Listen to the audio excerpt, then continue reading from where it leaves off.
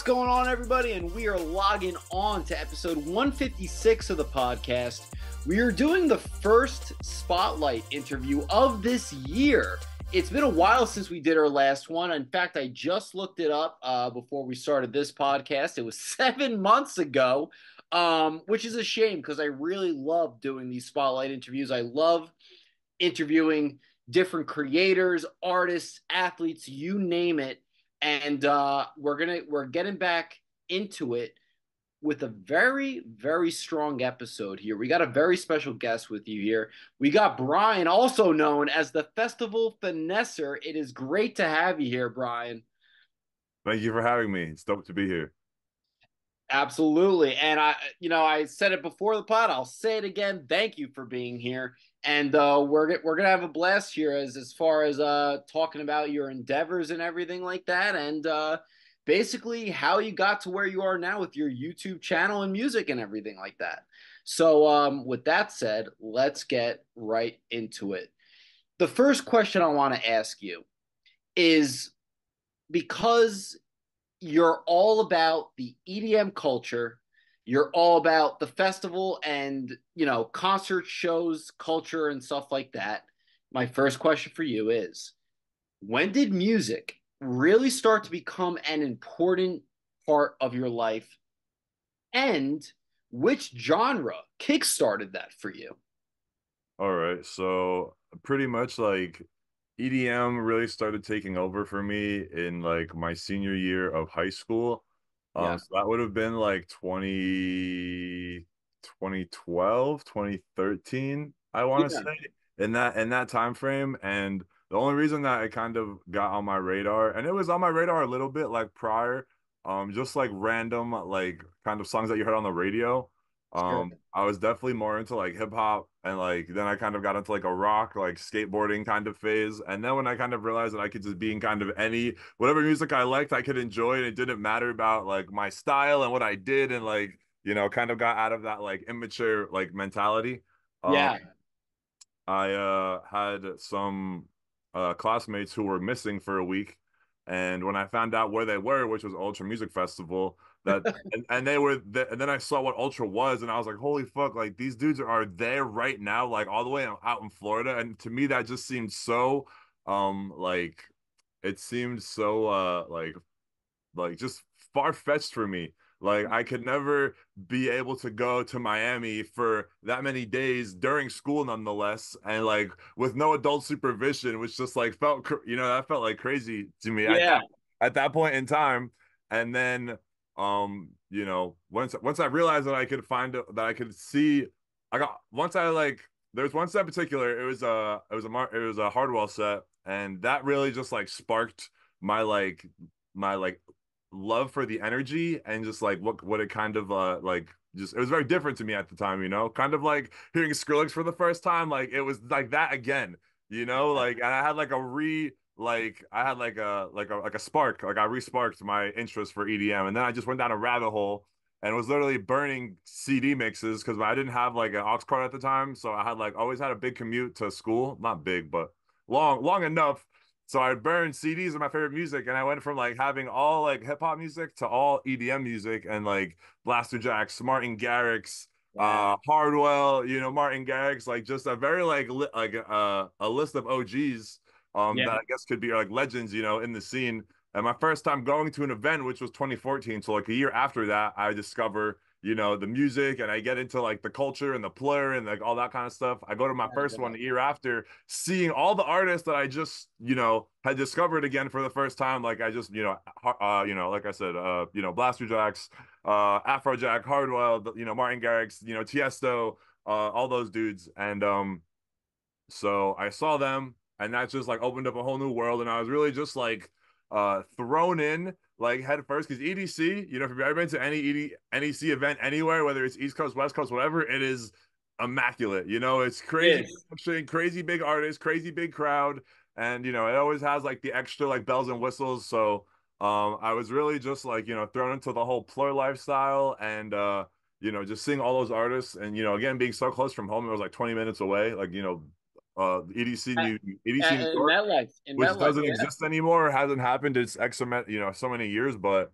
Yeah. That was like my first like yo, I really that like I haven't done anything that's that fun in a long time. And then when I realized that I could go out of the New York area to do the same thing in a different environment with different artists and different lineups and different experiences, that's when I really kind of fell in love. And I had like an era almost that was around like 2016, so like 2 years where I've done Electric Zoo 2 3 years in a row, EDC New York as many years in a row as I could, Moonrise Festival 2 years in a row. So now it's like I've got different things under my belt and different festivals in state, out of state, camping festivals, city festivals.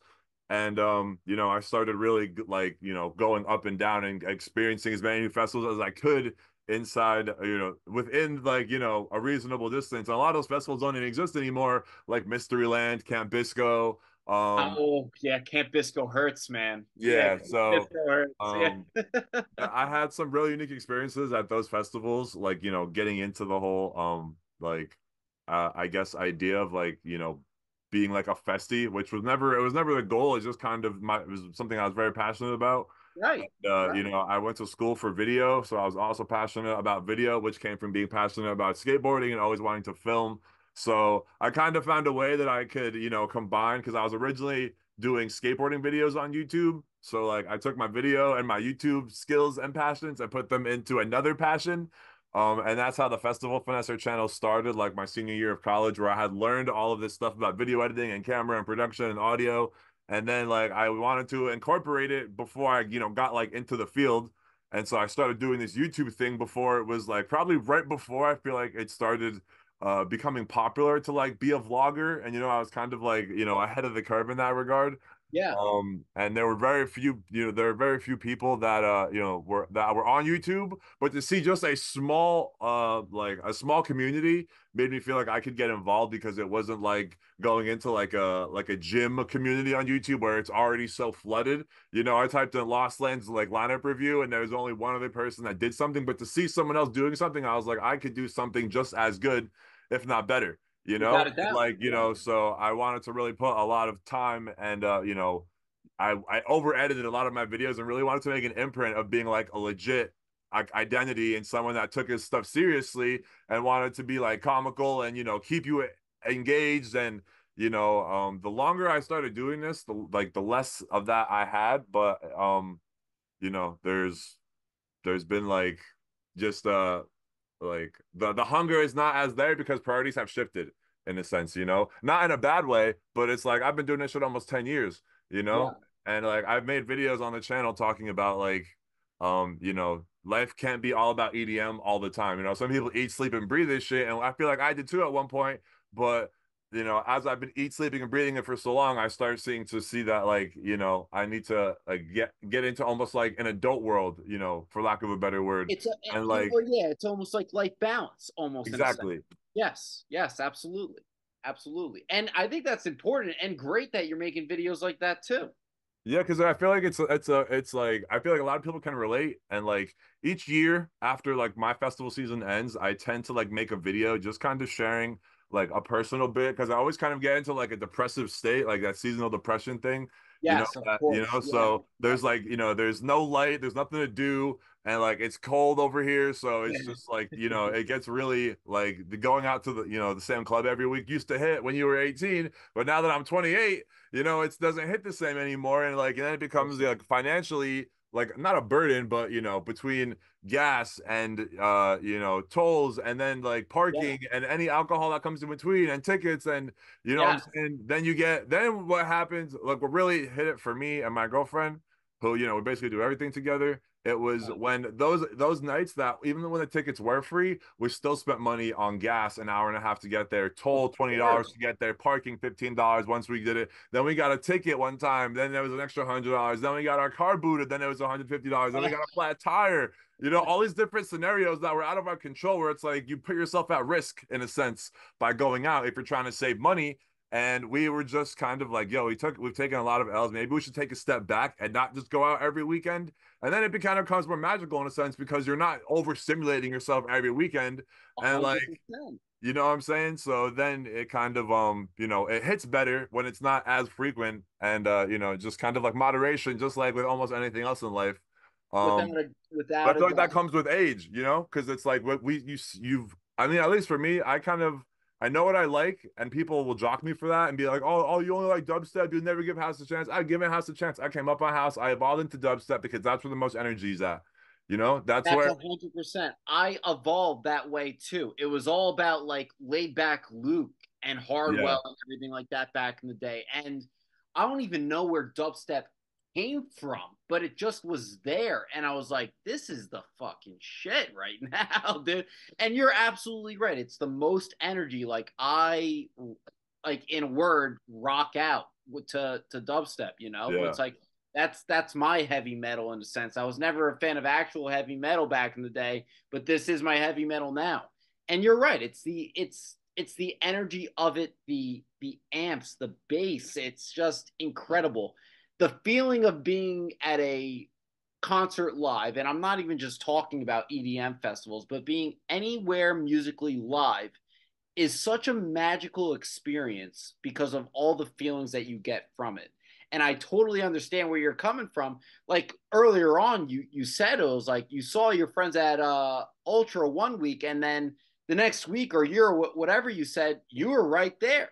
You were right there too. Like you knew you wanted that. You know what I yeah. mean? And it And was like, it was cool to like almost like do the research and like find out about like, the ploy mentality and trading candy and the artists, yeah, just knowing a lot about them and not just kind of wandering into it, but knowing that like I was, like I cannot wait to go to my first rave, and yes, like then getting to do that and like, having the outfit and having the candy prepared and like, again, also like not even learning like the lifestyle, but then learning the operations. That's where like the finesse really kind of came from was I was always trying to get new people to come and to experience this lifestyle because I kind of did it on my own. And I always had to like, I had one friend who had also gone to EDC prior. So he was like kind of showing me the ropes, but I also had already kind of studied the ropes. So like yeah, I went in there like not just like totally blindfolded. And then having done, like I said, multiple festivals, multiple years in a row, you learn about like how they operate and the lines and the bathrooms and how to maneuver through the crowd and where to meet up and this and that. So having done them again with people who were babies and new to the festival or the scene or whatever, I would always end up like leading the pack. And then when I realized that like I was like, people like, this was so smart, or like, Brian, you're a genius. Like they're telling me these kind of they making these remarks, and like I was always just like brushing it off. But then when I realized it kept happening, I was like, yeah, I feel like I have something here that like more people need to know about. And so like, um, what really kind of like set me off into like I guess like like got the gears in motion was going to EDC Las Vegas in 2017. Like I said, mm, 2016, 2015 was that like really big, like kind of like a groupie era almost, just like following like Marshmello, ironically, all over like, yeah. the festival circuit. Whenever he was like playing a festival set, I just happened to be there. Like, but it was also like he was always a big selling point for me on the lineup at the time. Sure, yeah, of course, of course. So, and again, that was when he was like small, playing at like 5 o'clock. We're not talking about like headline Marshmello. We're Yeah, talking yeah, about like the very beginning of Marshmello.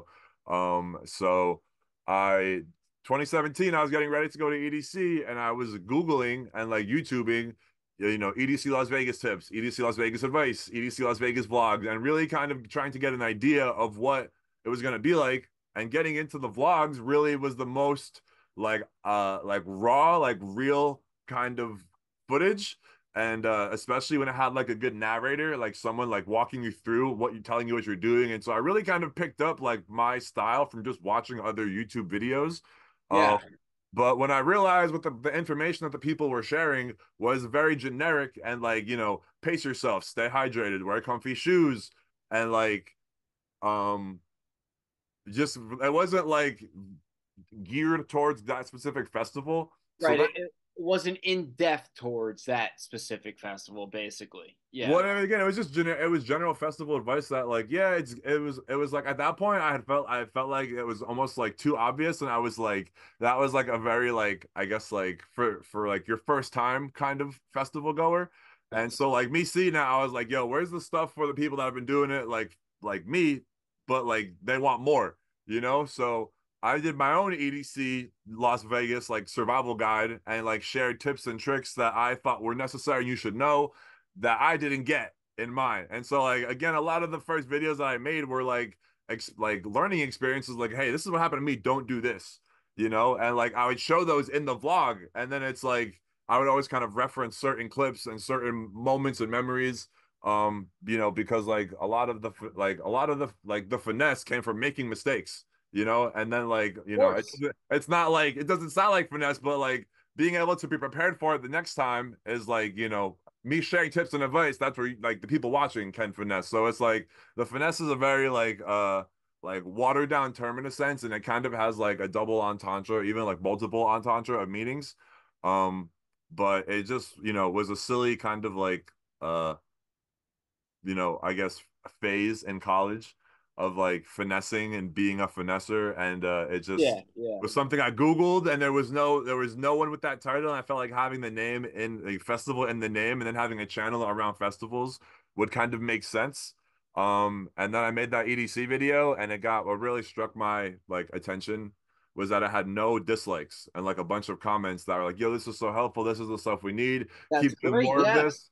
And Yeah. like knowing how mean of the place the internet can be, seeing all that love and positivity, it made me want to dive head first. And really kind of, you know, at the beginning it was supposed to be a side hustle. And that's why I put so much time into like building a foundation and being like an accredited like YouTuber, because I like I really wasn't, you know, like I was still like, you know, just a brand new like kid on YouTube, who then all of a sudden, like 2 weeks later, I go out and people are recognizing me from a video that I made. Like, oh, you're That's with the great. YouTube. That Yeah. So I was like, holy shit, it's working. Like, and I had these like real life moments and realizations. And like, I also got a little bit lucky in just like the time that I started and the content that I made. You know, I was always posting about very controversial like topics that I did my research on, and kind of got like a journalistic approach, you know, towards the beginning, and that's what was doing well. So I like tried to at times dial in, but then I also didn't yeah. want to be known as like the EDM drama reporter, because there could be a lot of negativity and drama that comes with that, always talking about it and not having a factual and this and that. It just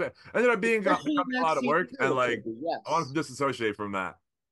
No, absolutely. And listen, don't sell yourself short. Like you don't even call yourself lucky. You put in the work for that, and you were smart about it too. You were saying before that like you only saw one other person that was making these type of videos back in the day with what you wanted to do, and then you captivated on that.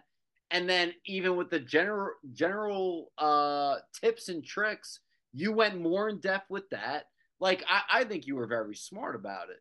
There And definitely was obviously strategy. shows too. I believe you have right now. I wrote it down, but currently on your YouTube channel, let me where do I have it? Oh yeah, 22.9 thousand subscribers on there. So I wanted to talk a little bit about that as well. First of all, congratulations because that it's an amazing feat. It's an Yeah, it it is an is. amazing feat. So I wanted to bring up how did you and you brought it up a little bit before of like noticing what was working and whatnot, but how did you maintain your followers to coming back to the channel to watch your content because you're easily getting 1,000 views per video and everything like that. And Yeah. then also, what was your strategy, if any at all, to get new subscribers in? So I think it all kind of started early on in a sense. And you know, like I said, I was very strategic in my videos, and so like every thumbnail had to have my face and my logo on it, and every thumbnail, you know, so like, well, that was like the main thing. Every like it was just like very branded, and I wanted you to like see my face, so that because if Yes. you're watching a video on the festival and you're going to that festival, you're probably gonna see me. So like I would even like the same shirt that I wore for the lineup review, I would wear at the festival. So I was a spitting image of what you watched and remembered and potentially Uh, just watched, you know, a couple hours ago before you were getting ready to come, to then seeing me and having that kind of like almost like starstruck moment, like holy fuck, that's the dude that I was just watching. yes, And like that's great. it becomes more of a connection, you Yeah, know. And then so the other thing that I was doing was like business cards. And you know, if I ever saw somebody filming something, I knew they were gonna be posting it to some kind of social media. So I would like share it and just like slide it, just like very like casual, like festival vibes, just like slide it through, you know, have yeah, stickers, yeah, whatever. And you know, I would also just like, you know, see a bunch of people and like just be like, "Yo, do you guys have YouTube channels?" And then they'd be like, "Yeah, of course." And like, "Oh, I make YouTube videos. Here you go," and just pass out business cards and really like organically network. And then like having those like I still have people that I've had those little interactions with, back in 2018 who like I still see and like they followed me and like they watched the growth and they tell me that they 5 months, well not 5 months, maybe several couple years down the line later, I see them and it's like, bro, like remember meeting us at Biscuit? And I'm like, holy fuck, I do, because it's like, that was they're one of the there was like this group of people that I just like can still recall to this day. It was like, yeah, I'm just gonna give out business cards, and I had this because I was like relatively shy, and like being the festival finesser, I really like was able to like get comfortable being my own self. Because Yes. like the festival finesser is Brian, and like I'll never really call myself Brian in the videos, but everybody, if you really happen to follow me, you know that I prefer you to call me Brian, because at one point, like when I was like, really like, just I don't want to say like taking off, but like when there was just like a lot of like growth in the channel. uh, Yeah. and like I went to Lost Lands maybe like my third year, and it was every 10 steps, Festival Finesser, Festival Finesser, Festival Finesser, FF, yo, YouTube guy. And it was just like, like respectfully, my friends started getting annoyed. They're like, bro, we can't like, and it was because I was always stopping to talk to someone. I would never just like really brush Yeah. somebody off, because I was a really big like believer in like, these people support you, and I'm just a very like regular person. But some people also show me a lot of praise and show me that I've helped, and like the knowledge that I kind of thought I had at the beginning has actually been like helpful and paid off, and like was worth sharing. And Yeah. like I said, I get a lot of love and praise when I go out, and never really had any negative experiences. And like I said, the internet is a mean place, and like you get dislikes and mean comments, but to have very positive interactions with people in real life, and like just being as real as I am on the camera and being like the same kind of goofy like authentic self, Yeah. people really connect with that. And then when they see me kind of like turn on like vlogger mode, and like they'll be in the background and I'm doing, all right, 3 o'clock, we're out here at so and so, I'm going to so and so, and then they see themselves like, holy fuck, like I can't believe I just like saw that happen, and then I'm gonna Yeah. watch that happen. Then it was like there was almost like an inception kind of like attraction to it. And some people really just like want to be in the videos, for whatever reason, to prove that they met me, to prove like to show themselves, to see how they are. And like, Sure. Yeah. for me at the beginning, it was like the vlogs were intended to show my friends that were always asking like, oh, how was the concert? How was the festival you went to? And I was like, oh, it was good, it was fun. That's a fucking understatement. You know what I'm Yeah. saying? Like, Yeah. so, Of course you're saying. like Yeah. I would wanted to like show them the videos of all the chaos and craziness that goes on like outside and in between the music, because it was always like at that point, like, being 17, 18, 19, like I'm carpooling with strangers that I met over the internet, and like, staying in Airbnbs for the first time that are like, kind of sketchy, and just like Yeah. getting into all of these like amateur mistakes.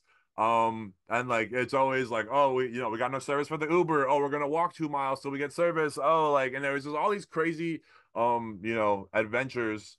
And in some series, like unfortunate events that were just documented that I have in like also documented in here. And then Yeah. like, I kind of share those stories as learning experiences, and those kind of become tips like for future videos, which I kind of like shared mostly in the beginning, again, to like give that that status, like, yo, this dude knows what he's talking about, he gives good advice, and like Yeah. I want to subscribe to see what else he has to offer, in a sense. So again, part of like the strategy was sharing all those tips and going really hard and scripting them, and like coming up with bullet points and having the like physical objects in front of me, and like really putting in the time and effort to making one of like my best videos. And again, like time and place, but that video is like approaching the 100K mark, and it's on like Oh yeah. what's a Pat for Accounting Festival. You'll see it on the front page, and that still like blows my mind that I was able to like do something like that, and then get comments about that video and at the festival in real life, like, yo, you're so helpful, blah blah blah. And like again, I always say that's the kind of comments that keep me going, because Yeah. like I know what I'm doing is serving a purpose to somebody somewhere. I don't have to be touching hundreds of thousands of people every day, but it's just like every those videos are made to help people, and the fact that they are is like makes me feel like I'm doing something right, and I'm just adding and contributing to like our community. So like, Yeah. Oh, without a doubt. And what a great place to make connections like that at a festival too. I mean, like, like you said, just giving a card out like in the finesser way or whatever. You know what I mean? Like that's great. And then like, I'm sure there are several other content creators at festivals and whatnot doing their own thing. You create that community, and it's the thing about the community there at the festivals and whatnot. It's all very loving and everything like that. I mean, as the ones that I've been to, Camp Bisco, the name might not sound it, but Nightmare Festival, like stuff like that, like all these camp out festivals more specifically, Yeah. the most loving vibes ever, Yeah. ever, very welcoming in, and it is just incredible. And I think you taken a great advantage in that and really put it not even to just your best interest, but for the people's best interest. And that's why I think you're succeeding well with the YouTube channel right now, because you're benefiting yourself and you're benefiting others with the tips and tricks. Yeah, and I'm Um, happy because I'm I doing think it. it's Like great. it really is a hobby. It's something that like I am, passionate about. I went to school for, and like, I might not have a job in the field, but if I can continue to make these YouTube videos and continue to just grow, you know, Yeah, even if it's at a slow pace like everybody else, just again to, be sharing more opportunities and experiences and just trying to share new stuff and different experiences and different advice and just still be not even like a hub, but just like a resource in a sense for people to come yeah. back to and check and ask me personal questions, from someone that they can kind of trust in a sense. Like I'm cool with that, and I just want to, kind of leave a legacy in the community in the best way I can. And Mhm. these videos are never going anywhere. And You're like even Ned's I, Declassified, bro. yeah, honestly, yeah. That is a very good analogy, and like I've had that same kind of like I would love to do like a Finesser's declassified festival tips guide, but it's also like I can only share so many tips that aren't already on the internet as well, So I've really kind of given my like what do I got up my sleeve like FF pro tips if you will, and Sure. I haven't really I put all my eggs in one basket with that one, and I haven't really been able to think of anything else with aside from remaking it, which I also feel like is a good idea because needs change, style changes, and just like as you said, as you mature, like you have different, I'm not really worried about bringing candy and like a face mask. I'm worried about bringing deodorant and like Yeah, yeah, yeah. like other Absolutely, yeah. Yeah, absolutely. That's what I was just about to suggest. Recycled content in the form of TikToks. Maybe one tip per TikTok, man. I think that would yeah. do amazing. I think that would do sick. I definitely did not maximize on the TikTok trend because like it was red. I guess like red is trick red is TikTok was trending. Instagram was like also rolling out the reels, so they were The giving out reels, like yes. they were giving out the rewards Yeah, and the bonuses, and like I remember my first one got like 50,000 views, and I was like, holy shit, like this is crazy. yeah, And like that just started a snowball effect, and then like I had a viral video, and like that made me some money, but um, when I realized that did that on accident, I was like, yo, what if I actually try and make yeah. some money, like, posting reels once a day, and maybe if like I try to go viral, I could put extra because someone's doing it somewhere, making I, that max amount of money every day, posting daily. So, but what I realized is you have to get $1 million, you have to get a million like at least one time to have some like, and it's hard, like, no, it is hard, and you know. it's unpredictable too. Yeah, It so could be very unpredictable. I really got away from posting for the algorithm because it's always changing, and then it becomes like as much as an artist, as you want to be, in one way you also have to be a content, a social media creator and like keep Yes. up with, like promoting your brand on social media. Yeah. And it just kind of became like an extra thing. So like now I have to be on social media to learn about how to use the social media and like what is the best time to post and like all this kind of shit. And I was like, you know what? I'm just gonna post when it's convenient for me, when it's relevant for me, when I want to post it, when I'm feeling motivated, when I'm feeling inspired, when I feel like I've been quiet, when I, you know what I'm saying? When I have a reason to post in a Yeah. sense. Yeah. And not posting for the algorithm, posting for myself. And like my new kind of like motto is, and just kind of like, life mantra right now is like real life is what really matters, So like, Yes. I could portray whatever kind of perception I'm gonna have on the internet, but what the the impression I want to make in real life is the one I really want to stick, and not the social media presence. Oh, of course, You of know, course. like feel like I am connected, and I do appreciate people follow me and watching me and supporting me. And then I also go kind of into like another like umbrella of just like you know what's happening outside of EDM. You got your bills paid. Do is your car like properly functioning? Do you have a job? Is are you work? Are you like finding the balance between work and play? And like it definitely like this was like our off year because doing festivals like Paradise Blue and Electric Forest and Lost Lands, even if you're getting guest listed to some of those festivals, it's a cost to get there, it's a cost to be there, it's a cost. There's like it's just, and especially all the uncertainty that you're going to be like not prepared for. um and just again being out anywhere for 4 days is going to cost you something. So then Absolutely, then you yeah. get then you get into festivals like I said, Electric Forest, Paradise Blue, where it's expensive. Now you're putting that and you're doing that, several times out of the year. And then I was having like a realization and kind of just like an epiphany. Is that epiphany? Epiphany? Yeah, yeah, Epiphany, yes. Epiphany. Yeah, I was having an epiphany and I was like, bro, I am almost gonna be like one of the biggest like TV movie cliches of being like a 30-year-old YouTuber who still lives at home with his parents. Like what am I doing? Like where am I going? And you know, then I kind of like came back to reality and like, everyone that I tell that I still live with my parents and try and like keep it on the low low, they're like, bro, eat that shit up, like save your money. And so like I Yes. did, I Yes. did, I did, start doing that. And me and Bree, my girlfriend, we now save every month. I'm sorry, every week we match each other on a savings payment. So we have one for like a move out fund, and then we have a fun fund where we just, put, A like, fun fund. I yeah, love that. That's a great yeah, and strategy. we just put a couple of dollars here and there so that if we do ever want to buy a flight somewhere to a festival where it's like we'll have tickets but a flight isn't covered, well now we have money that we put away, kind of like a rainy day fund, but it's not thousands of dollars, just a couple extra hundred to like, and then we put large sums of money, like not large sums, but like like if you lost it, you'd be like, damn, I fucking lost $80. You know what I'm Yeah, saying? right, right. So, Yeah. 60, 80, $100, we'll just match each other, whatever, whenever it's, whatever we got. If it's 40, it's 40. If we both got 60, you both throw in 60, you both got 100, and that just goes away and we don't see it. And then at the end of the year, we're going to see how much money we actually save to potentially put a down, a deposit on a house. And then I'll also save Yeah. in my own,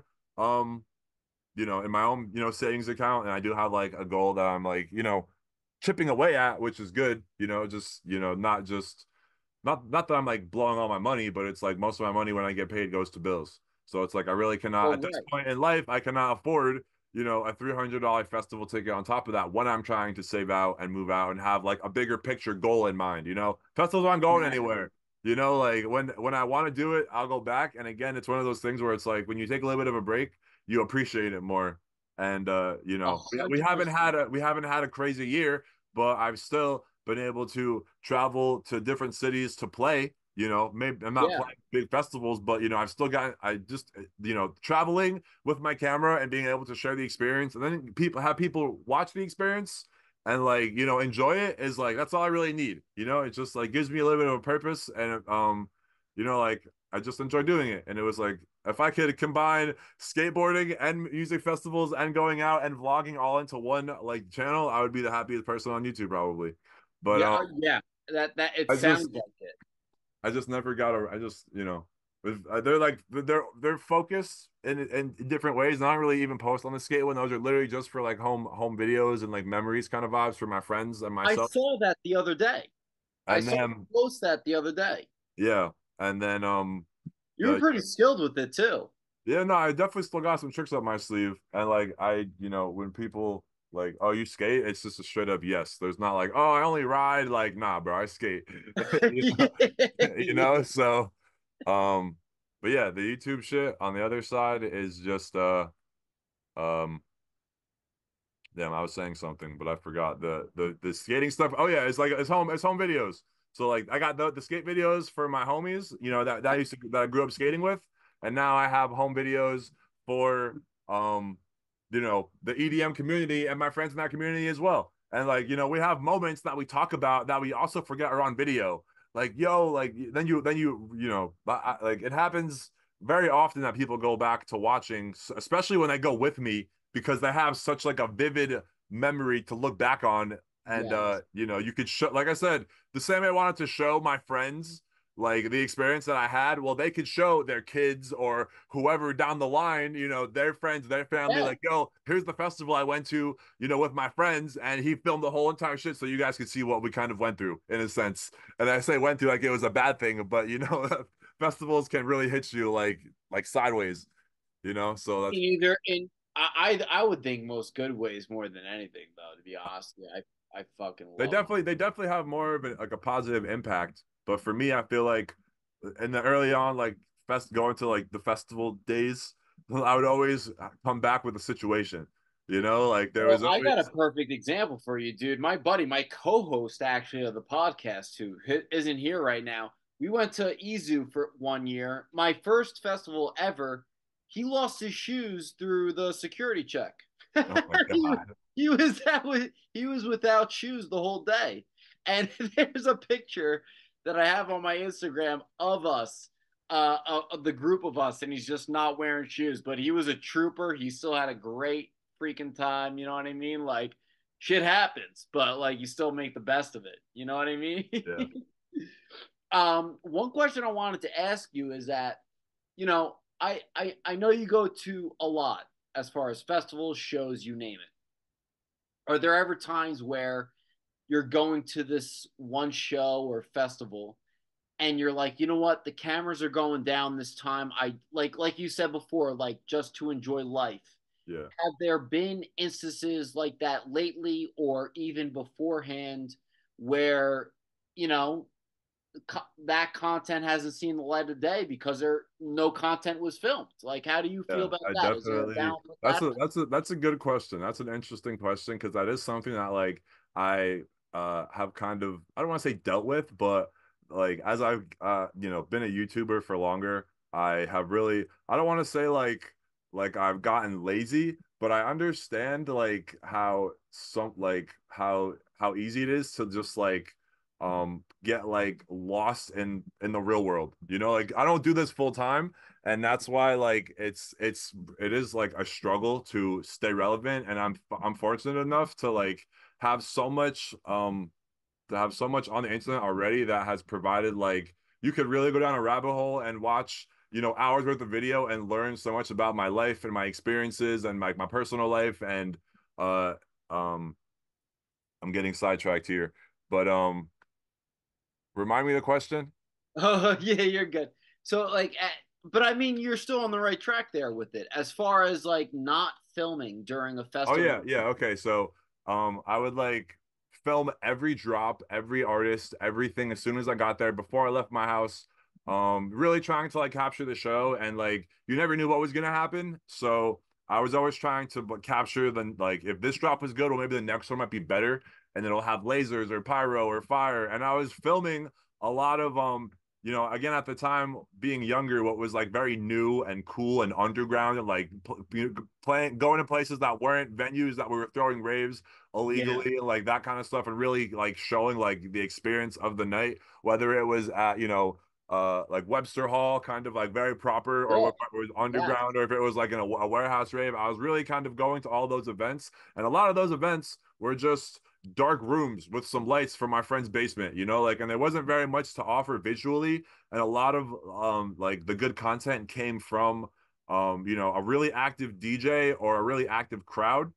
Because there wasn't much else visually like pleasing, aside from I guess like the overall narrative, of Yeah. like the night and the experience. So when I started realizing that, like, yo, it's just a bunch of people, even a bunch of people pushing each other in a dark, sweaty room with some music in the background, and then and it really had to have like the longer I got, like the longer I was YouTubing, it really had to have all the elements of a good story, quality audio, quality video, good visuals, good energy from the crowd, and just all around just be good content that was cohesive and what didn't have like big gaps throughout the night, and wasn't missing artists, and it was now that I kind of got it dialed in and I can see like, oh, this probably isn't going to be a super lit show to vlog because I've already done so many of those. Like, what's another dark room, you know, music, you know what I'm saying? Like, Yeah. I need the visuals, I need it to be like visually appealing.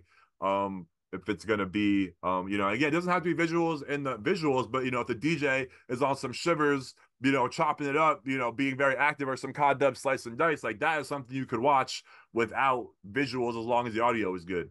Absolutely. So Yeah. there's definitely festivals where I don't take my camera out and try to whether it's to enjoy for my personal self, because it's like I've already overdone it. I have 10 clips of this set. I don't need 80 more. You know Right. what I'm saying? Right. Like, and I was doing that, taking like 300 videos a day for a day festival, and then doing it for 3 days, having almost 1,000 videos, sometimes more than that, to come home to watch. And then slows down the editing process because I Oh, have to without a watch doubt. through all of those Yeah. videos. So now I've gotten to again, if especially if it's a festival I've done already, I don't want to not share the experience because it's nice to see the evolution. And if there's like controversial things that happen or are happening, you can kind of like see them firsthand. And that could just be something as simple as sound. Like was Yeah. the sound is good, or was the crowd, like you could learn a lot from the kind of vibe and see what people are talking about in anybody's vlogs. So um I like how you put. I like how you're moderating it almost in a sense. Like you said, like if it's something that seems like it's almost being repeated on your channel and whatnot, yeah, it's the same deal. Then maybe it's not worth it. And I think that's a smart thing to do, not just for just to I'm sure you're enjoying yourself while you're vlogging, but to like also enjoy yourself without vlogging and everything like yeah, that. Just without not even the stress of needing to film, but just the non-stress of was like, oh, all right, I don't need to film this. Like, yeah. let's go. Well, I think going off to like the no stress thing, it's like for me, like I like going out without my camera is like a big deal. Not really, but like my friends would be like, "Oh shit, you're going naked, like no camera," and I'm just like, "Yeah, but Right, I'm out." You know what I'm saying? We're just doing it because it's right, probably after the festival in the campground, and like I don't really need to be filming anything in the campground because it's just a bunch of dark people, intense, maybe yeah, renegade with like 40 people vibing, but like I want to go and enjoy that vibe with my friends, like off the clock in a sense, and just raw. Don't have to yeah, worry about what's happening in the background. Don't have to worry about like, oh, like what time is it? Like, I'm about to do a vlog. yeah, You know what I'm yeah, saying? Like my friends know it. It's not weird, and they support it, and they can, they always kind of like enhance it in a sense. And I like kind of having my friends be like characters on a TV show and like this, life of Brian kind yeah. of. You know what I'm saying? And to like, see me with my friends and again, that whole kind of like connection and like going from watching somebody on the screen to I want to make all of my friends not Prominent almost. No? exactly, yeah, and like like kind of like show off my friends in a sense. um Yes, and again, for the same reason, like I used to have a big squad, like of friends that like lived in New Jersey that we'd always, pregame with 10, 15 deep, two cars, meet at someone's house pregame, then we out and like we go together, leave together, and we would just always had like a little, an immediate circle, and then like kind of like the stragglers who, had off sure. or whatever. But there was always like a tight, like, yeah, you going to the show? Yeah, we out. You got tickets? Yeah, we out. You know what I'm saying? Like it was very small. Like we both knew we were into the shits, like the little like the group that we had. And then as you get older, the group starts to fade out, and it's like, yeah, Of course. not gonna go to this one. And then all of a sudden, it's just me and my girlfriend because like nobody is available, no one's into it, no one is like about it as we are. Um, Yeah, yeah, and we definitely have taken our foot off the gas too in that regard, and are not going out to every single thing. Again, not because we don't love it, but because it's a financial thing. yeah. Of Like course. honestly, like the older I get, I do just enjoy like having like a night off after working all this time. It's like, you want me to go to work and then get out of work at 5 o'clock or 6 o'clock and then have an hour in between or 2 hours before I have to get ready to go to Philly or get ready to go to New York and then Right. do 6 hours of that and then have to go to work the next morning at 10 a.m.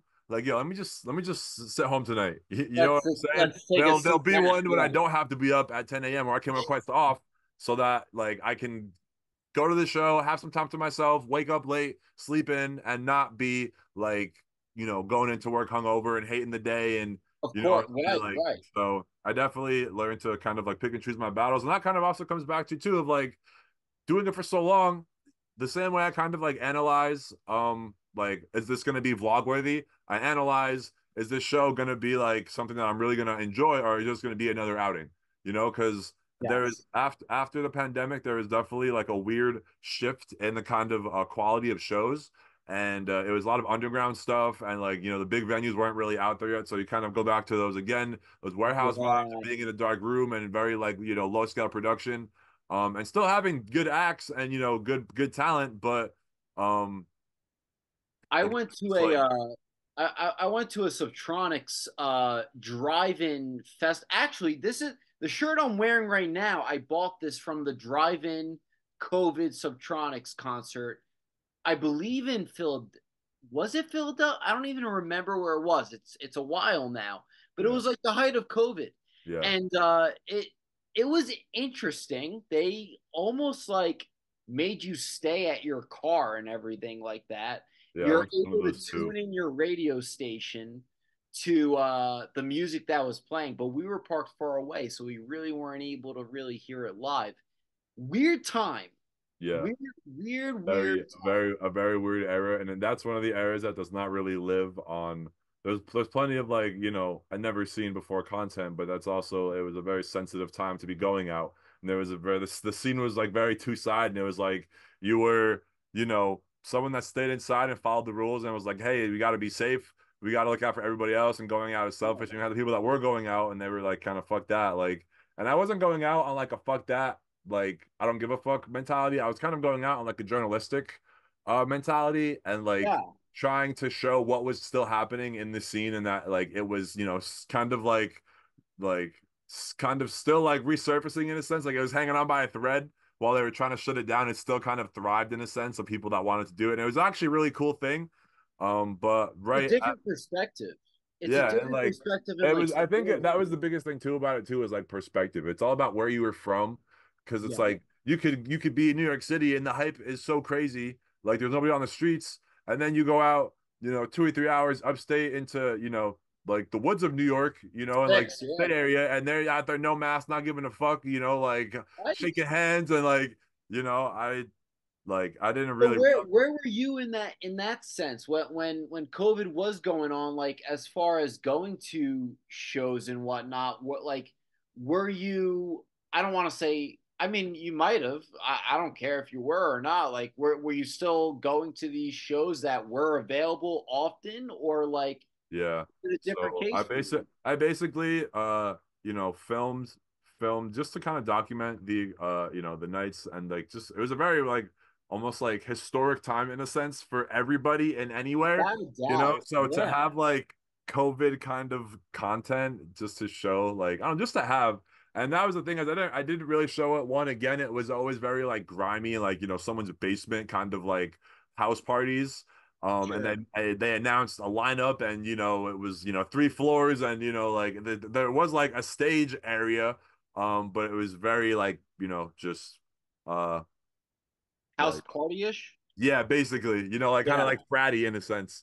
Yeah, Like yeah, a yeah. typical, like stereotypical, like, basement house party, with concrete walls and, some lights hanging that they got from wherever, Walmart, and, Yeah. proper for a CDJ setup, but like, uh, Yeah. like it was just that was the only space that was private that we could like enjoy with our friends and have some really great like awesome nights, but it's like it wasn't also the most like glamorous kind of thing, but it was cool to kind of be feeling like rebellious and still like knowing like where the end was, and like if you still wanted to party and rave you could.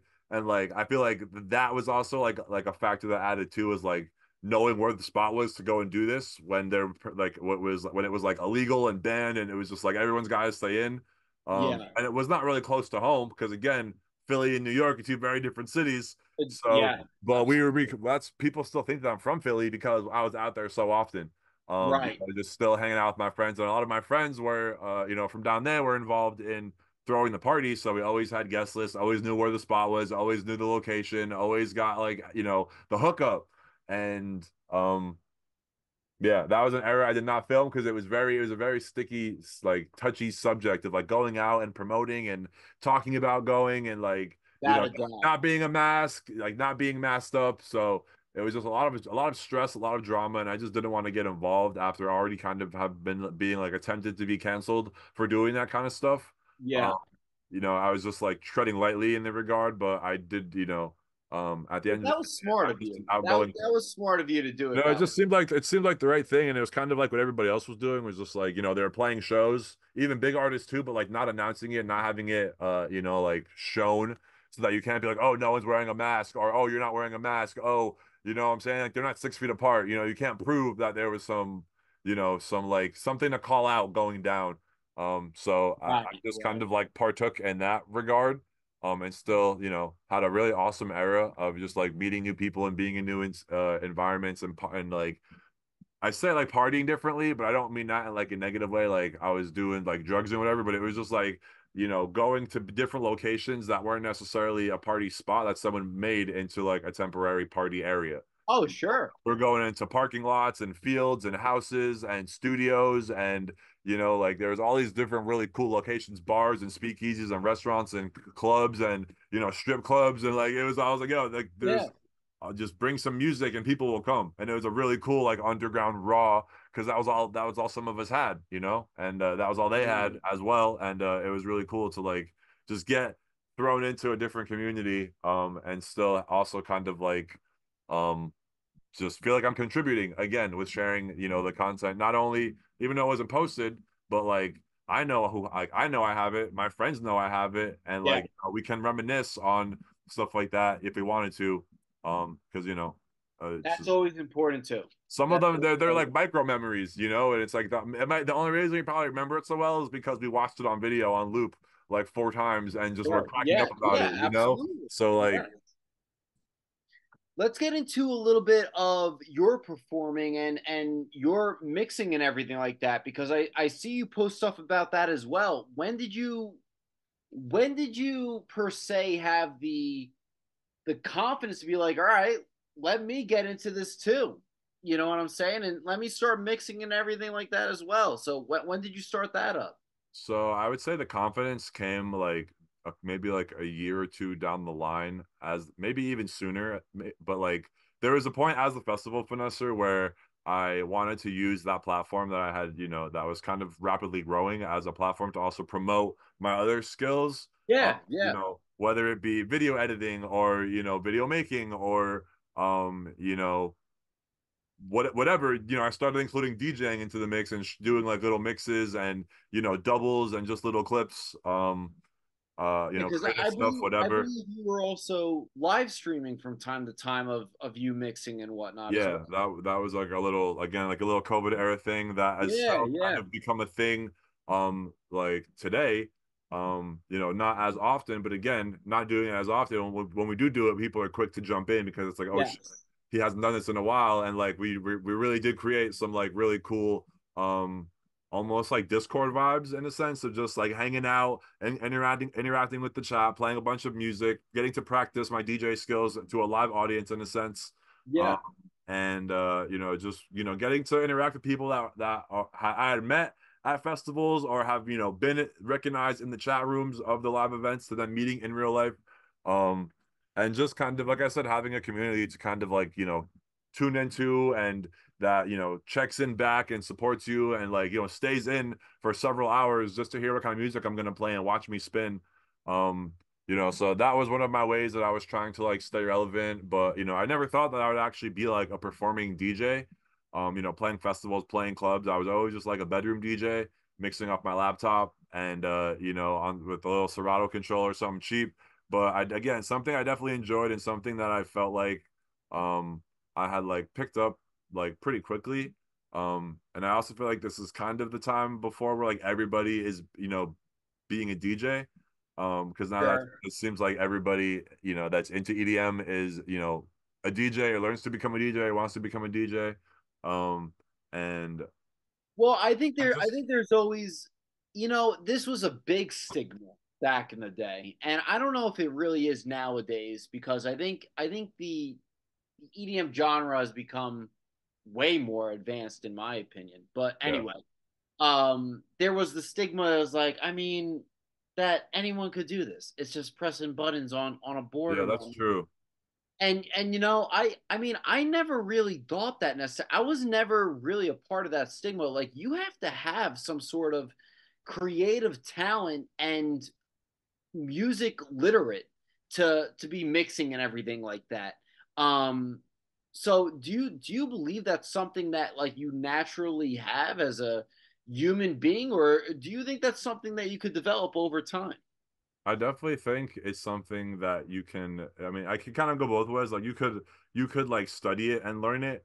But I never like, I was never musically like educated, like I tried to minor in music in college and I had to start like in a remedial class because I didn't know how to read sheet music and I struggled with Okay, that, yeah, so like just really struggling with that. I was like, okay, maybe music and like is not my thing, but my girlfriend also doesn't know how to read sheet music and she can produce music and like music that is like impressive, I think for being, in doing it in such a short time. She got lessons.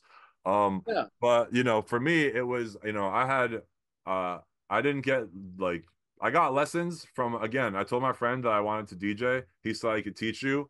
And I learned with him and he gave me a very quick crash course. And then after that crash course with like a couple hours, like with this kid on his decks, like in his backyard.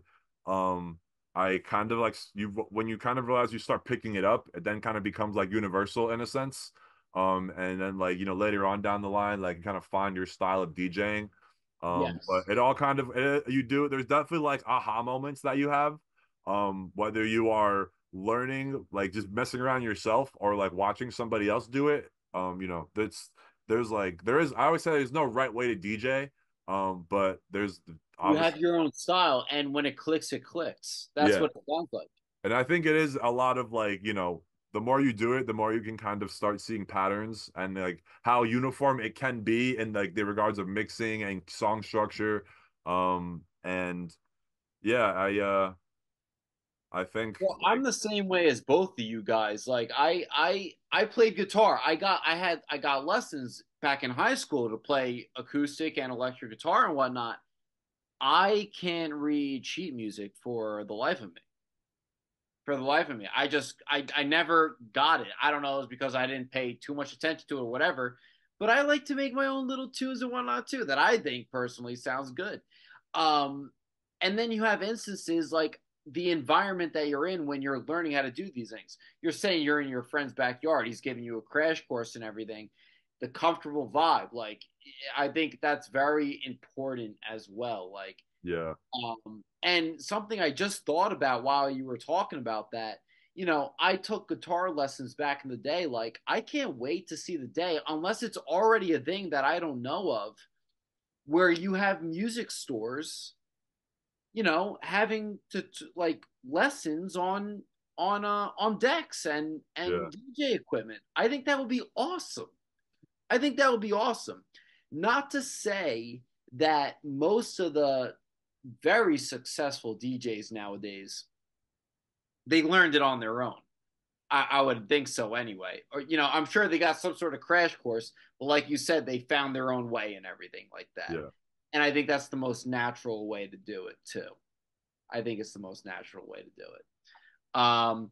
Let's talk about some future endeavors of yours. I know you said this past year you've been taking a little bit of a step back, focusing more on yourself and your future necessarily in that sense.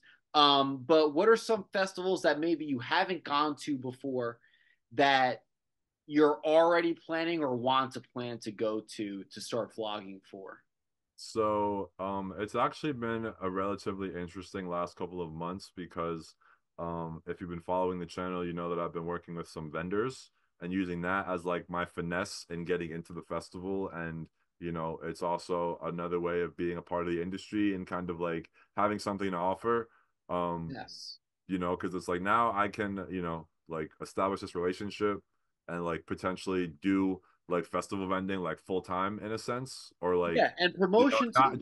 not just be like a kind of like a contract gig worker, but like, kind of be in a more regular rotation, um, to then be able to quit my job and just kind of like travel the world and be in a festival environment for like, my like, to support myself and like, my Yeah. livelihood in a sense. and just be able to do that full time because people do that, and I've seen it, and that was like very inspiring to know that like you can do it, and they just literally travel the world in a van almost, going festival to festival, but they have the money to do it, so they can provide, the amenities that are needed when you are traveling, like you're going to a festival with the Airbnb and a flight and you know Of camping course. stuff when needed. You know what I'm saying? So I'm just getting my foot in the door with that. So they're offering new festivals like Base Canyon to come work with them. Yeah, I Um, heard. Yeah, I heard of them. Yeah. so like it's like that's I feel like they're gonna be the way that I kind of finesse into new environments. And it is kind of different because I'm sharing like a different perspective of the festival. That's the other thing is like going on like my YouTube journey. It's like you could see the evolution of just being some regular kid to being some regular kid who people know on YouTube to being a YouTuber who is now backstage, like shooting for artists, and then like now he is working in the festival space and like like I said, leaving a legacy like that. That's cool to like kind of go through all of those phases and end up and kind of like left field in a sense, but still a part of the game, you know? Absolutely. Yes. So, like I said, any way that I can, I feel like, focusing on my personal life has, taken a hit and uh like kind of staying relevant in a sense because it's like nowadays like content is king. You got to go post every day. But I'm also on that real lives what really matters, and I'm gonna see all these people and like I already have all this content that's already been here. Like you can Yeah. kind of learn about me in a sense, and I don't have to constantly be feeding content that like unless it's Yeah. making me You money, already have. but it's more work than it's worth in a sense to like pump out all those videos for a couple hundred views, which Oh does yeah, happen sure. unless it is a crazy populated topic, so I really just kind of learned to, you know, know my worth in a sense and know my, how much my time is worth and how much is the video going to pop off? Is it going to make me money? Is it going to cause any growth? If it doesn't check any of those bubbles, I just kind of like save myself the time and effort and just get to enjoy, some free time or get to be more productive and, create, new videos and concepts. And, it really is like an inspirational thing. It's not something I grind 24/7 at anymore. At one point I did. Um, but I guess I kind of like settled in a sense and like if I didn't you know get to do this full time, I would be happy with where I am in the regards of like what I've created and what I've be like added to the community and like what I would leave, because like I said, all the stuff that I've done kind of lives forever on the internet. So Yeah. Yeah. and kind of leaving, like I said, being like going, I could see myself going away for like taking a hiatus and then coming back and like people would say like, "Oh my God, that's the guy from YouTube." Like, Yeah. what? Right. They'll And be they would like, "Oh, remember look at me. Like, that." yo, this dude is a Yeah. legend. People tell me that all the time. I know it's like a thing, but I really do like. I think I'm gonna leave a legacy and like still be some old ass head. People are gonna be like, "Yo, like that's him." You know what I'm saying? Yeah. Like, Yeah. which like that shit like that does happen and it's crazy. And like, I always kind of I'm very humble about it and like, I'm just some kid from New Jersey. But I also like being like relatable and not just being like, oh, he's a YouTuber, he's probably got a lot of money and like, no, I'll be the first to tell you I have a very like modest average lifestyle and there's nothing special about it, but I make it special. You know what I'm saying? And Of like course. I might have like, not the most lavish, luxurious job in comparison to a society standards, but I bet you half those people at those 9 to 5s with that, that pension or whatever aren't traveling the world like I am, Yeah. Right. and Right. having those experiences and still kind of like dream chasing in a sense, even though like I could be taking 2 steps forward and 1 step back. I haven't given up on my dreams, and I still believe that like if I keep going, there will be some kind of moment and opportunity that will allow me to do it full time, whether it's vending, whether it's media, whether it's content creation, whether it's hosting somebody's, like radio show in EDM or, I'm saying, Right. like working with someone's team, working management, my girlfriend popping off and being her manager. Like there's a million kind of avenues that, I could potentially take. And, you I know, think it's more than potential, and I love the mentality. I just got to say, I love the mentality of that. I'm in the same boat as you in that sense as well, and I absolutely love it. And there's that saying, "Fake it till you make it." I don't necessarily believe in that, but it's almost like the mentality that you already have. It gives you that confidence to like that everything that you just been spewing out, man. All those avenues and everything like that. There will be an open door. There, whatever the case may be. I think you got it, man. You got it. You're already getting the recognition. That's Yeah. the thing from people, and they're really connecting to your content and everything like that. And it's a huge sign. It's a huge Yeah, sign. it really is, and that's like I said, that's the kind of stuff that keeps me going. So whether it's Yes. positive comments on Yes. the internet or positive comments in real life, like all the love is, what keeps me going, and knowing that I'm helping is like, just gives me a little bit of a purpose, outside of everything else that I'm doing and responsible for. So like this, it was a full time potential, but now it's just a hobby, side hustle, Yeah. a passion, and it's definitely It'll go from there. It could yeah, pick they up say if you there. love Yeah. someone, like it's just a matter of time. Yeah. So I've Yeah. only been I've been in the game pretty long, but like I'm only at the halfway mark in some regards, you know what I'm saying? If that. So like um, Yeah. I'm just gonna I keep doing get my it. thing and keep growing hopefully. And I just feel like if you continue to just like be a part of it and you have a love for it, it's like I said, it's not going to go anywhere and you can always be a part of it like as you choose to. You don't have to just like I said, eat, sleep and breathe it. Like Right. you Right. can really kind of take us. It's not like it's not a trap, you can leave and come back and Yeah. it's like Yeah. not Yes. much has changed. Yeah. So We'll get into a speed round questionnaire cool. before we close up, and I mean, we'll close up with like two other questions, but we're gonna do a speed round thing right now as far as our top fives, which we love to do here on the podcast. We're gonna do a speed round of top five favorite festivals you've been at, and then top five favorite DJs that are right off the top of your head. We'll start off with the festivals. Okay. Um, you don't even have to put them in any sort of order. I feel like this could be pretty hard to put Yeah, in order. Let me know what you got for me. top five we're saying. Top five. Top five festivals. All right, so I would definitely put Lost Lands in there. I would definitely put Electric Forest in there. Those Um, are two I have. Before you even continue, those are two I haven't been to. I want to be at. Um, well, Lost Lands is Excisions, which who I love. I absolutely love. It's I think Lost Lands is actually over E Force for me, even though I'm pretty sure E Force is like the most popular thing in the world. But I'm sorry yeah, to interrupt you. Go and ahead. I think that has to be a music thing. I would probably prefer Lost Lands over E-Forest just because the um of the music, Dubstep. and just the energy. But I also Yes. like how much the forest has to offer. But that we could talk a whole other video about my like Yeah, why we why I could. like all these festivals and what I'm saying. So going back to the question, uh, Yeah. I want to put EDC Las Vegas in there, but I also haven't been in so many years. I feel like it was like when I started, it was so new and crazy to me. But then not having done it, I feel like now I'd be like, oh, this kind of sucks. So like that's kind of like I guess an honorary mention, but I definitely want to put Big Dub in that list. That has definitely become like a fan favorite, like local. Um, like it's a local festival, but it's like a big deal. Like it is probably the one I've been most excited for. Um, and then Forbidden Kingdom, I'm gonna put that on there too because that lineup and just like it's a very well operated festival. The lineup does not miss. Um, so I think I've given you four. Yeah.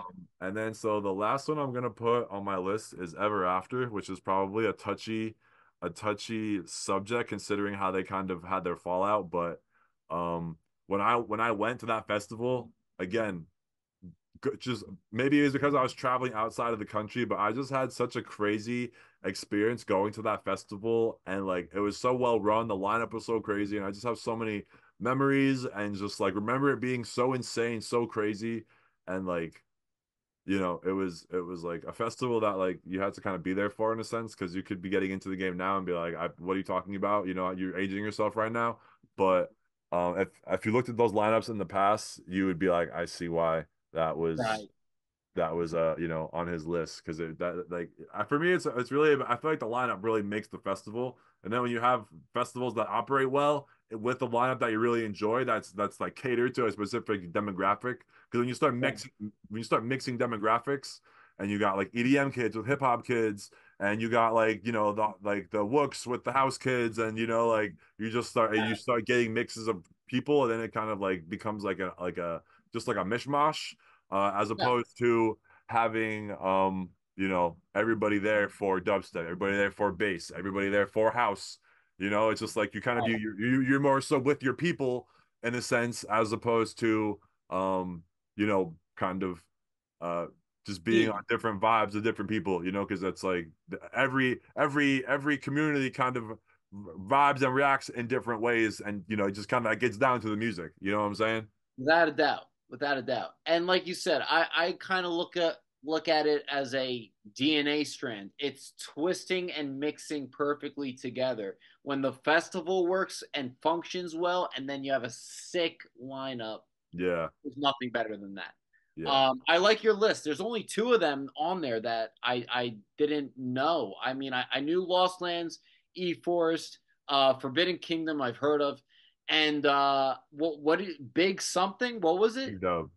Big Dub. I don't know if I've heard of that, but I need to look up a couple of their past lineups and see what they had in store for that too. Yeah, that's definitely one you should watch the vlogs for, because it's one of those videos where you could see it as much as you want, you could read about it as much as you want, but really like experiencing it To and going experience it, yourself, right? because it is very small. But when you also realize how deep you are in the woods and how much power and how many LEDs they have and the kind of like, caliber artists they have, Yeah. like it was really cool. And like it's a very it's like I said, it's very local, but it's also a very big deal, and it is like a very like you know festival-esque festival. It's not just four stages and some music and a bunch of locals. It's got all that, but they've also got like so many of those like electric forest kind of like hidden gems kind of things and activities and things to do.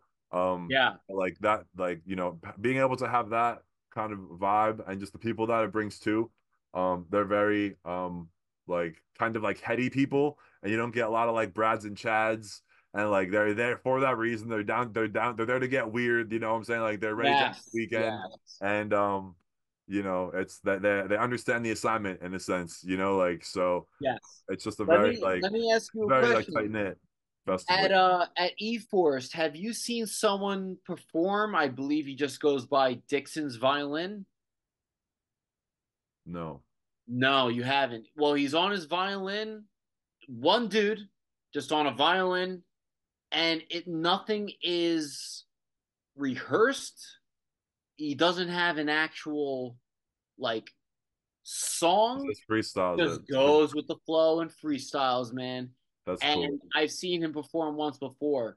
He's awesome, and I know he's performed at E4. So I was just curious. He was at a little side stage, very small stage sort of thing. I was just curious if you saw you had him. Let's move on to top five DJs. Your favorite DJs. I'm not even saying like top five DJs of all time. Your personal favorites. Who would you put on there? I would definitely put Murata. I would definitely put Sudden Death. I would So, definitely put yeah. Excision. Yep. Um, and then um, probably put Shivers on there and Todd Dubs. Honorable mention to Hamro. He's been one of like my new like favorite people to watch on the decks. Um, but I'm really into the heavy music. So obviously Excision, Sudden Death, Murata. Yeah. I'm Yeah. also really into the technicality of DJing. So COD Dub, Six Decks, Slice and Dice, Shivers. A notorious madman on the decks, and then Hamro, kind of following in the Yeah. steps of Shivers. In a sense, that's like a bold statement, but Yeah. he's definitely in the conversation of like, top 10, like, not up and coming, but like prominent DJs, not producers. Like this dude knows how to use the decks and he's going to use them well. You know what I'm Yes. saying? So, he's on my list. And there's many others like Hamro, but for whatever reason, between like his DJ style and his sound that he produces, I just always found myself, going to his sets and playing his music in my sets. So, Very nice. Okay. we're going to end this off with learning where people could find you. I know you have merch out there as well that Yeah. people can purchase. Let us know all about that. Where let's start off with this.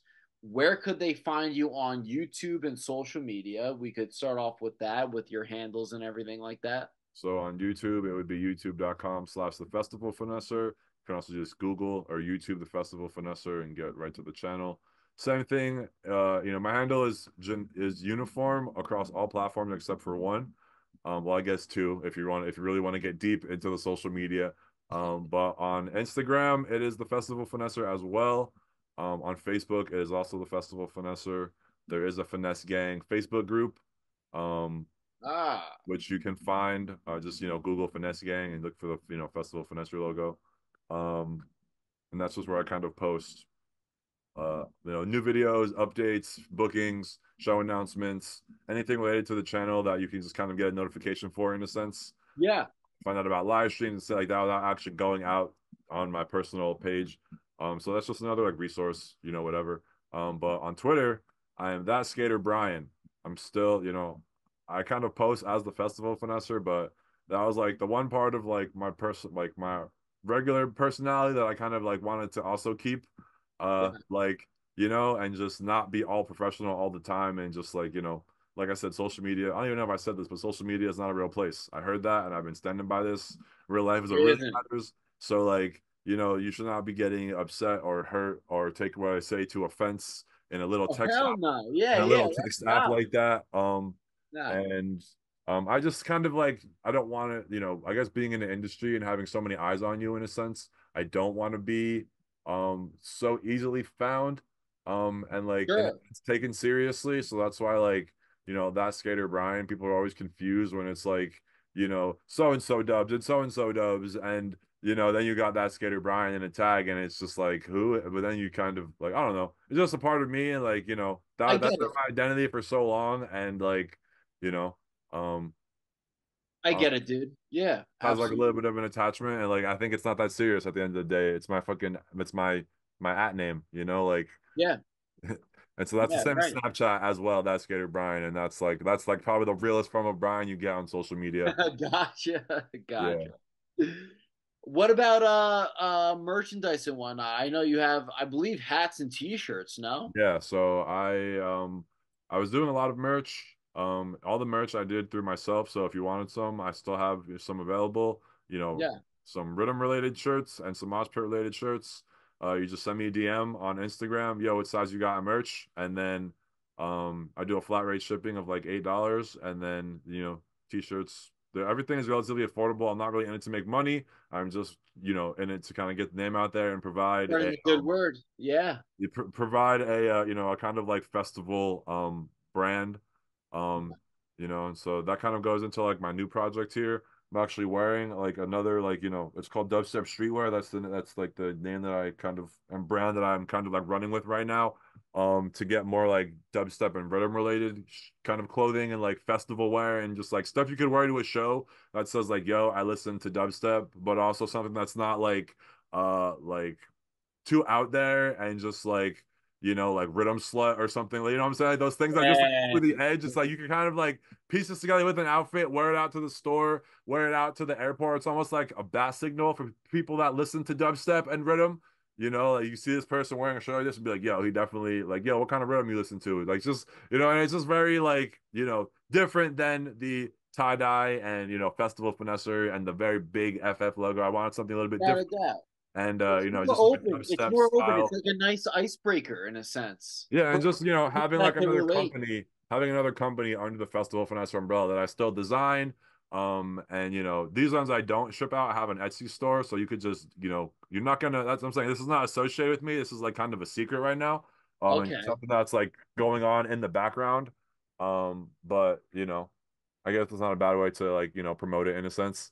But Yeah, no, absolutely just like not. I said, another side hustle, another passive income, and just Yeah. another way to like creatively create and design. And I've always wanted to like anything I've always wanted to do, I've been able to do in a a small fashion. I've always wanted to be a YouTuber. I have a YouTube channel with like, recognition in a sense. I wanted to have a t-shirt brand. I've, shipped thousands of dollars worth of products, to all these people over the course of however many years.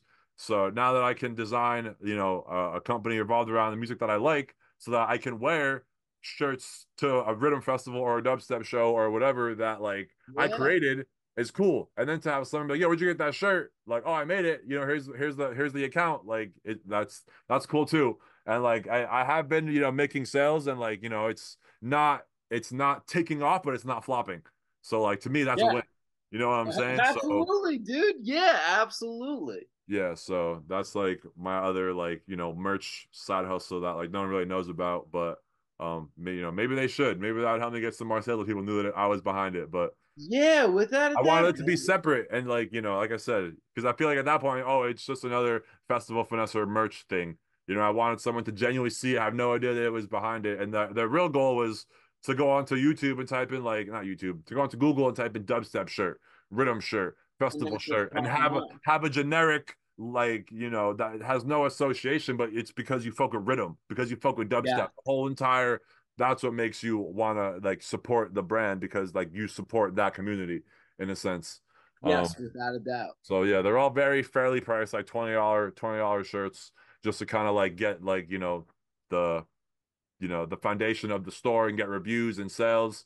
Um, but yeah, that's you can get that kind of stuff online, you know, typical, type in your credit card number, Etsy account, whatever. But if you Yeah. want my merch that I, send to my homie to get printed and, get delivered to my house, and it's a very like personalized process, I'm gonna keep it personalized, and you're gonna send me an email basically that has all your info, and then I'm gonna, get your Venmo or your Cash App, and you're gonna pay me that way, and like, what's Yeah. cool is like I was also able to establish a lot of like appreciation for my fans. I hate calling them that, but like, the people that support me because Yeah. like if I see somebody with an FF shirt, I know that I sent that to you. So I had to have an interaction with you on the internet. I had to have an email. We had to have like an interaction to make this happen.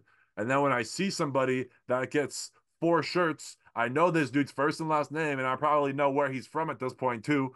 So, Right, right. but Yeah, when yeah. they tell me like, "Oh, I'm so and so," I'm like, when I tell them like their last name, they're like dumbfounded that I know who they are, and I'm like, bro, like if you're gonna support me, I should at least know who's supporting me back. And again, that's where I'm like having like being, stopping and talking to everybody. Always like showing that appreciation. I also like we talked about this before. I feel like that really kind of helped in my like foundation and getting the foot off the ground because Foundation. Yeah, now it's absolutely. like people kind of follow because they have FOMO.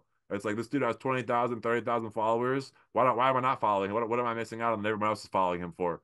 So there's that Right. kind of aspect too. So it was nice to it was nice to kind of be able to form that like organic like word of mouth aspect by being a good Without a person doubt. out in the because I was such a familiar face when I would go out and I I wanted to be love how known and I seen, love how you said organic too, though, because it's that you're not just talking the talk online. You're a genuine good person who is talking to all the people that have been watching your videos and everything like that. And it's a great thing that some people don't have that. Some That's people true. don't have that. You know what I mean? And it's a great gift and personality trait to have and everything like that. Listen, everything that you just said as far as where they could find merch, where they could find you on the internet, it's all going to be in the description below. While you were talking about that, it'll be appearing on the screen. Listen, guys, follow my man Brian here, the Festival Finesser. This guy's the man right here. He's got great content. Make sure to check him out. Brian, I want to thank you so much for joining this episode. This has been in the talks for a while, and we finally got it done. So I appreciate you so much. And I'm sure to stay in contact with you too, as far as maybe some advice for some new festivals that I even go to as well, A and word. maybe even see you there for that matter too. Yeah, that would be sick. That would be a definitely a moment for sure. That would be a lot of fun. Uh, but yes, once again, thank you so much. And for you guys at home, if you enjoyed this episode, make sure to like, subscribe, and share. Also, follow us on Instagram and all other social media platforms at Frank_videos. And with all that being said, we hope you have a wonderful night and peace out. 21 and 22 Jump Street, the movies. So you haven't seen the original? I haven't seen the original show with Johnny Depp. Honestly, I preferred that one instead of the movies. Yeah, really? Because it was gritty. Like, it was serious. Like, it wasn't like a comedy. It was very serious because I remember there's a bit where they're in the show. Minor spoilers. Yeah. There's a bit where a girl actually gets. And Johnny Depp's character is kind of pointing out to like these frat guys, like, guys, this is not a good thing that happened. They took a fucking like video of it. Oh wow! But it wasn't like the phones we have now. Yeah. It's like the back in the day. They kind of blew it off as a joke. It got to the point where it like blew out of proportion, and the guy who actually did it, he got arrested because of it. I will tell you what, because of those movies, I thought the show was more comedic than serious. Oh no, like Matt said, it's very great.